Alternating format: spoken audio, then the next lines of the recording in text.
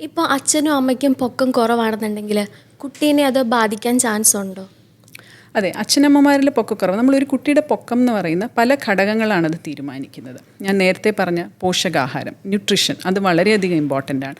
അതേപോലെ തന്നെ ഫാമിലിയിലെ ഹൈറ്റ്, അതായത് അച്ഛനമ്മമാരുടെ പൊക്കം കുട്ടിയുടെ പൊക്കത്തെ ഡെഫിനറ്റായിട്ട് അതിൽ അധിഷ്ഠിതമായിരിക്കും മിക്കവാറും അവരുടെ പൊക്കം എന്ന് പറയുന്നത്. നമ്മൾ മിഡ് പാരൻ്റൽ ഹൈറ്റ് എന്നൊക്കെ പറയും.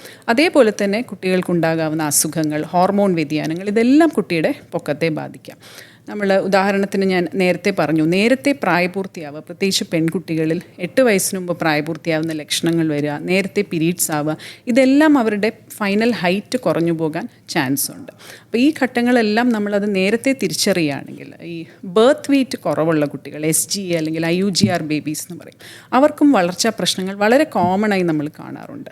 തൂക്കക്കുറവ് മാത്രമല്ല പൊക്കക്കുറവും. അപ്പോൾ അതുകൊണ്ട് നമ്മൾ ഈ IUGR ബർത്ത് വെയ്റ്റ് കുറവുള്ള കുട്ടികളിൽ ഒരു മിനിമം 2 വയസ്സ് മുതൽ അവരുടെ പൊക്കം നിരീക്ഷിക്കുകയും അത് ശരിയായ രീതിയിലാണോ എന്ന് തിരിച്ചറിയുകയും വേണം.